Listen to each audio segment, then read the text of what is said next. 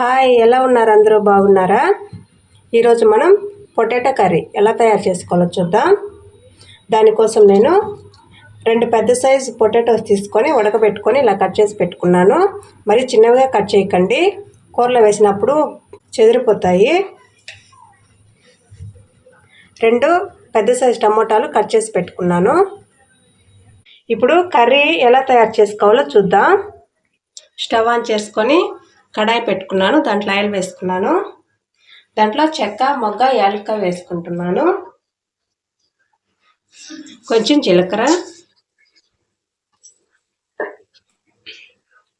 ఇప్పుడు దీంట్లో కట్ చేసి పెట్టుకున్న ఒక ఆనియన్, పచ్చిమిర్చి,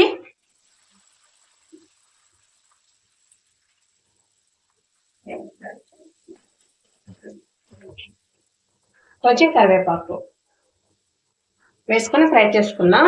చూడండి, ఆనియన్ ఫ్రై అయ్యాయి కదా. ఇప్పుడు దీంట్లో అల్లం తెల్లగడ్డ పేస్ట్ వేసుకున్నాం. ఇది పచ్చి వాసన పోయేంత వరకు ఫ్రై చేసుకోండి.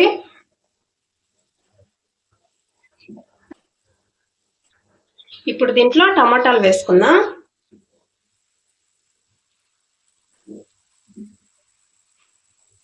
టమాటాలు మగ్గడానికి కొంచెం ఉప్పు వేసుకుంటున్నాను.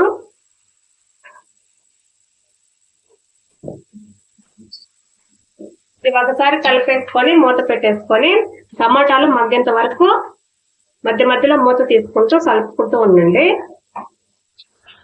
టమాటాలు మగ్గాయి కదా. ఇప్పుడు దీంట్లో కొంచెం పసుపు, కొంచెం కారం, మీకు రుచికి తగినంత వేసుకోండి. 1 స్పూన్ గరం మసాలా, 1 స్పూన్ ధనియాల పొడి,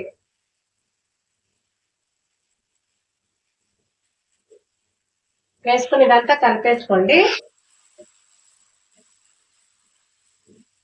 ఇలా కలుపుకున్న తర్వాత ఇప్పుడు దీంట్లో పొటాటో వేసుకుందాం.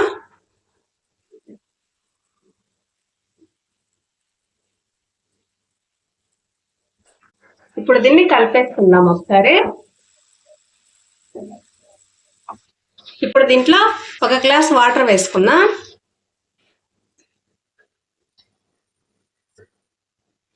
ఉప్పు చెక్ చేసుకోండి, సరిపోకపోతే వేసుకొని ఒకసారి కలిపేసుకోండి. దీన్ని మూత పెట్టి ఒక 5 నిమిషాల పాటు మీడియం ఫ్లేమ్లో కుక్ చేసుకుందాం. మధ్య మధ్యలో కలుపుకుంటూ కుక్ చేసుకోండి.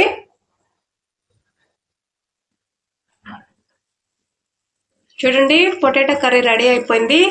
ఆయిల్ కూడా సపరేట్ అవుతుంది కదా. ఇప్పుడు కొంచెం కొత్తిమీర వేసుకొని స్టవ్ ఆఫ్ చేసుకోండి. చూడండి, టేస్టీ పొటాటో కర్రీ రెడీ అయిపోయింది.